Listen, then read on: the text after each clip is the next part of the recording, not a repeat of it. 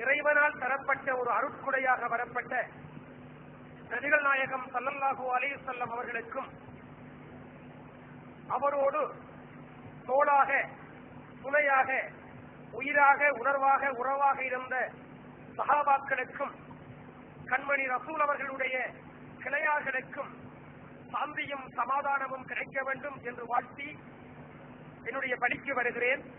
பாப்பா என அழைக்க வாமகனே என்றழைத்து தாய்ப்பால் என தமிழ்பால் தந்ததிரான் பாப்பா சரிபுதீன் எனும் பெரிய சான்றோனா வெந்தாதை குருபாதம் நெஞ்சே குறி என்று எனது பாப்பாவாகிய புலவர்மணி அல்லாஹ் சாமு சரிபுதீன் ஹாஜியாருடைய திருவடி தாமரைகளையும் மனமொழிமைகளால் வணங்கி என்னுடைய பணிக்கு வருகிறேன்.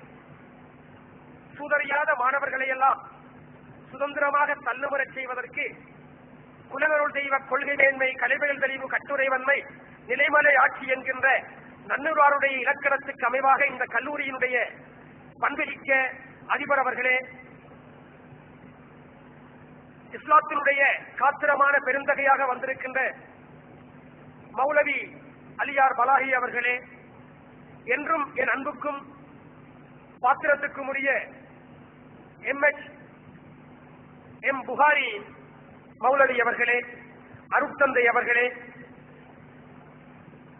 இந்த நல்ல நிகழ்விலே கலந்து இனித்திருக்கின்ற அல்லது கலைத்திருக்கின்ற அன்புள்ளங்களே, மாணவ மணிகளே, ஆரியம்பதி மத்திய மகாவித்யாலயத்தினுடைய மாணவ மணிகளே, உங்கள் யாவிற்கும் என் இதயபூர்வமான அன்பே சிவம். அஸ்ஸலாமு அலைக்கும் வரஹ்மத்துல்லாஹி வபரகாத்துஹு. நீங்கள் எல்லாம் அழுத்து போன ஒரு வேளையில் என்னை இழுத்து வந்து விட்டார்கள். என்னால் வெளுத்து வாங்க முடியாது. இருந்தாலும் ஒரு சில விடயங்களை என் இதயத்தில் பட்டவைகளை சுருக்கமாக கூறி விடைபெறுகிறான். எல்லாருக்கும் பசிக்கும், தீனும் முக்கியம், தீனும் முக்கியம்.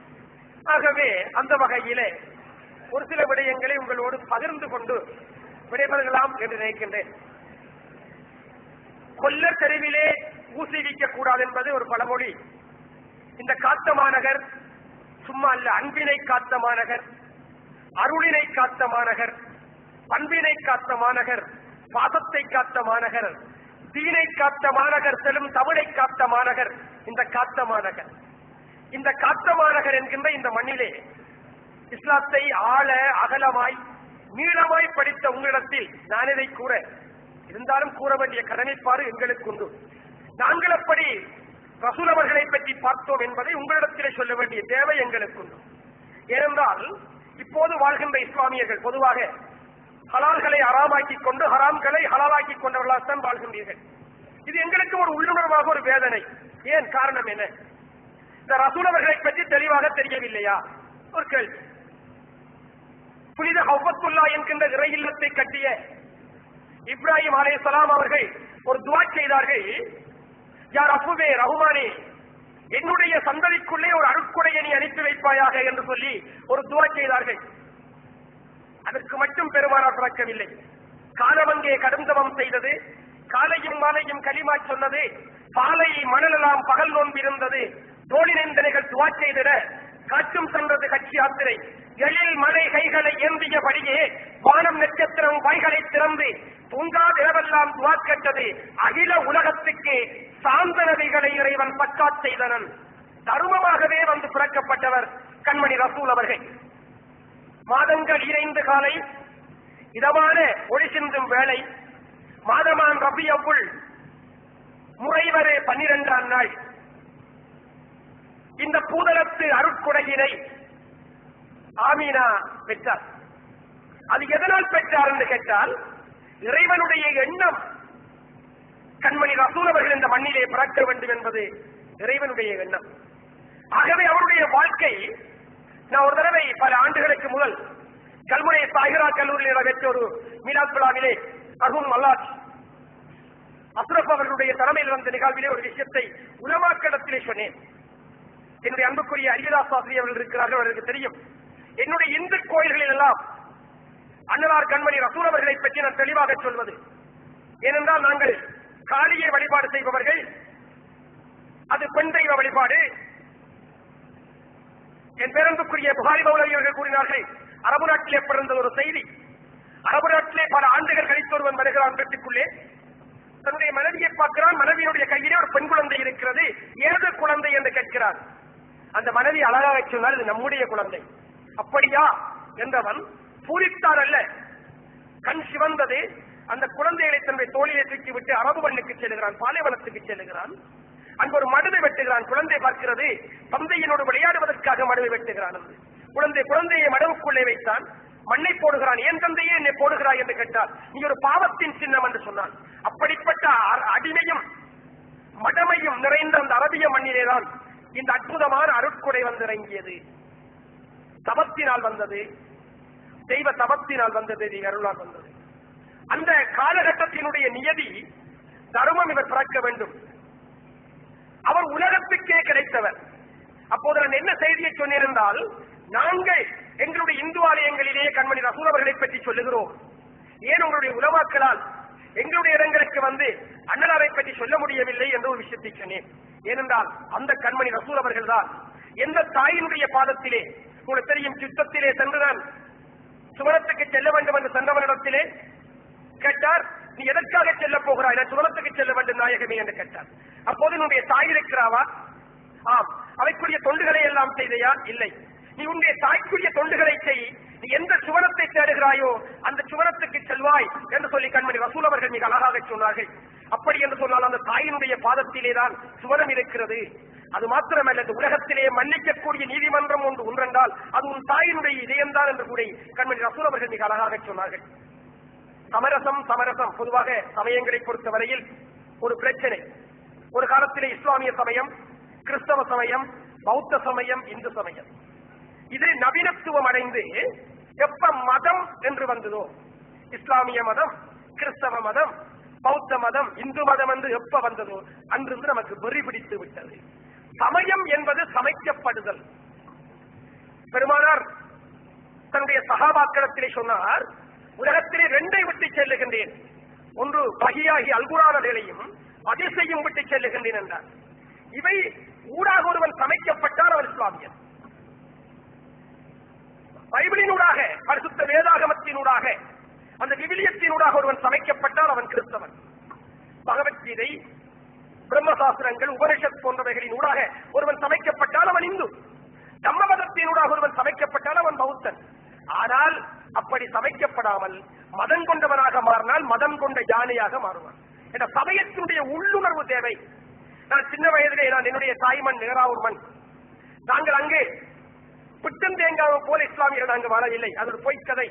அரசியல்வாதிகளுக்கு அது பொருத்தமாக இருக்கலாம், அன்பு நிறைந்தவர்களுக்கும் ஆத்மீகவாதிகளுக்கும் பிட்டும் தேங்காவும் பொருத்தமில்லை. ஏனென்றால் பிட்டை பிரிப்பதற்காகத்தான் தேங்காப்பு போடுவது. அதை கூட சாப்பிட்டா வகுத்துக ஊத்தும். தேங்காப்பும் புட்டம் கூட சாப்பிட்டா கதகாலி, நெஞ்சரிக்கும் வகுறு குத்தும் தேங்காயின் குணம். ஆனால் எங்களுடைய ஏழாவூரில் எப்படி வாழ்ந்தோம் என்றால் தேனும் பயிரும் போல பிசைந்து வாழ்ந்தோம்.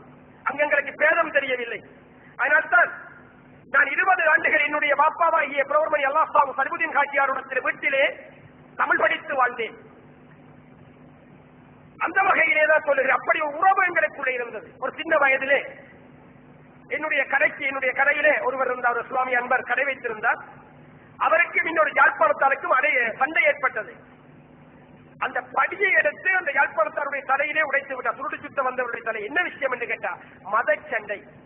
அந்த இஸ்லாமிய பெரியார் அந்த அன்பர் சொன்னார், என்னுடைய கடவுள் பெரியவன், நீங்கெல்லாம் கல்லையும் அதையும் வச்சு கும்பிடுறீங்களே என்று சொன்னார். இது சின்ன வயதிலே பட்டது. அப்போது எனக்கு கொஞ்சம் ஆத்திரம். எனக்கு இளம் கன்று பயமறியாது. நான் அடித்திருக்கலாம், முடியாது, அவர் பெரிய மனுஷன்.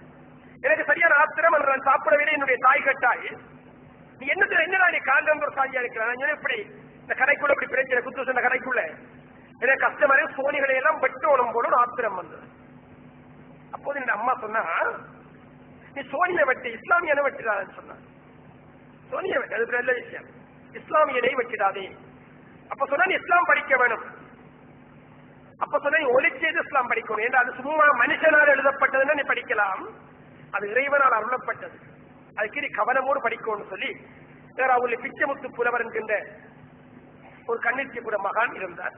அதுபோல போட்டுக்காக்கா என்கின்ற ஒரு அவுலியா பெரிய மகான் என்னுடைய வீட்டுக்கு வருவார். அப்படியானத்திலே 9 வயதிலிருந்து கண்ணீரோடு பெருமானரை படித்து பார்த்தவன். என்ன விஷயம் இருக்கிறது என்று படித்து பார்த்ததுக்கு பிறகு அவரோடு படிந்து பார்த்தவன். அந்த வகையிலே நான் அடிக்கடி சொல்வது, இப்ப என்னுடைய வீட்டில் நீங்க வந்து பார்த்தால் தெரியும், அல் குர்ஆனை நான் பூசை அறையிலே வைத்திருக்கிறேன். ஆனா உங்களுடைய வீட்டிலே மேசையில கிடக்கும். நான் பல இஸ்லாமிய என்பவர்கள் வீட்டு வந்து பார்த்து மேசையிலே கிடக்கும், அல்மாரியில கிடக்கும், மேல இருக்கும், ஐன்சவுக்கு மேல இருக்கும். என்னுடைய வீட்டில் பூஜை அறையில வைக்கிறேன். ஏனென்று கேட்டால் அடிக்கடி இஸ்லாமிய குழப்பங்கள் வரும்போது பல மீராத் விழாக்களில் சொல்கின்றது, நிறைய கிதாபுகளை வாசித்துக் கொண்டும் அரபிலக்கியங்கள் நிறைய படித்துக் கொண்டும் அல்லது நாங்கள் வியாக்கியானம் செய்யலாம் என்று போகாதீர்கள். ஏனென்றால் பிஸ்மில் என்கின்ற பிஸ்மில்லாஹி ரஹ்மானி ரஹீம் என்கின்ற அந்த வார்த்தைக்கு கூட நாங்களால் பொருள் கண்ட முடியாது. ஏனென்றால் அது மனிதனால் எழுதப்பட்டால் கண்டுபிடிக்கலாம், இறைவனால் அருளப்பட்டது. அதனால்தான் படித்தவனுக்கு இறைவன் அருளவில்லை, ஒரு உம்மினவிக்கு அருளினான். எந்த பள்ளிக்கூடத்திலையும் சேராத அவரால் தான் இன்று உலகமெல்லாம் பள்ளிக்கூடங்கள் நிறைந்திருக்கின்றன. ஒரு அலிமாவினுடைய உலகிலே பால் உண்டதனால் தான் நாங்கள் கலிமாவோடு வாழ்கின்றோம். எனவேதான் இஸ்லாம் என்பது மிக மிக நிறைந்த சிறந்த அன்பு மார்க்கம். ஒரு செய்தி, இது உங்களுக்கு தெரிந்த செய்தி, எங்களுக்கு தெரியவில்லை. ஒரு தடவை கண்மணி ரசூல் அவர்களும் சகாபாக்களும் இருந்து கொண்டிருக்கிறார்கள். அப்போது யூதருடைய பிரேத மையத்து போய்க் கொண்டிருக்கிறது. அப்போது கண்மணி ரசூல் அவர்கள் எழுந்து அவருக்கு மரியாதை செய்தார்கள். அப்போது அருகில் இருந்த அபூ ஹுரைரா ரலியல்லாஹு அன்ஹு அவர்கள் மிக எழுந்து சொன்னார்கள், நாயகமே, இது ஒரு யூதனுடைய மையம் அல்லவா, இதற்கே நீங்கள் எழுந்து மரியாதை செய்கின்றீர்கள் என்று. அதற்கு கண்மணி ரசூல் அருட்கொடையாக வந்தவர் சொன்னார், நாம் எல்லாம் இருட்கொடை. அவர் அருட்கொடை சொன்னார், அவரும் ஆதா நபியினுடைய வழித்தோன்றல், நானும் ஆதாவினுடைய வழித்தோன்றல், அதனால் தான் நான் எழுந்து மரியாதை செய்தேன். இப்படி ஒவ்வொரு விஷயங்களை எடுத்துக்கொண்டாலும் அவருடைய வாழ்க்கை மிக அர்த்தபுஷ்டியாக இருந்தது, தெளிவாக இருந்தது. நம்மகிட்ட ரெண்டு கை, ஒன்று வலது கை, ஒன்று இடது கை. கண்மணி ரசூல் அவர்களிடத்திலேயும் ரெண்டு கை இருந்தது. ஒன்று தொழுகை, அடுத்தது நம்பிக்கை, ஈமான். நாங்கள் ரெண்டு கை இருக்கும். அந்த வகையிலேதான் 20 நிமிடத்துக்குள்ள நாம் முடிச்சு வரும். அந்த வகையிலேதான் இன்னொரு செய்தி, கண்மணி ரசூல் அவர்களும் அபூபக்கர் ரலியல்லாஹு அன்ஹு அவர்களும் குகைக்குள்ளே இருக்கிறார்கள். இது இஸ்லாமியத்தில் நீங்க வரலாற்றாக படித்திருப்பீர்கள். நான் புரிந்து கொண்டது, அந்த வேளையிலே அபூபக்கர் அவருடைய தொடையிலே தலை வைத்து தூங்கிக் கொண்டிருக்கிறார் கண்மணி ரசூல் அவர்கள். அப்போது பொந்தை அடைத்துக் கொண்டு, அடையாத பொந்துக்குள்ளே காலை வைத்துக் கொண்டிருக்கிறார். ஒரு பாம்பு அவருடைய காலை தீண்டுகிறது. இது வரலாறு. நான் எப்படி புரிந்து கொண்டேன் என்றால், காலமங்கே கடந்தவம் செய்தது, காலையும் மாலையும் களிமா சொன்னது, மாலை மணலெல்லாம் பகல் நோன்பிருந்தது, தோழி நெஞ்சனைகள் துவா செய்திட காற்றும் சென்றது கட்சி யாத்திரை, எழில் மலை கைகளை ஏந்தியபடியே வானம் நட்சத்திரம் தூங்காதிரமெல்லாம் துவா கட்டதுன்னு சொன்னேன். சக்காத்தாக இறைவன் வழங்கினார் என்று. நமக்கு மட்டும்தான் அவர் இல்ல, அந்த பாம்புக்கு ஒரு ஆசை வந்தது, இந்த அழகிய முகத்தை, இந்த இறைவனால் அருளப்பட்ட அந்த அருட்கொடையை பார்க்க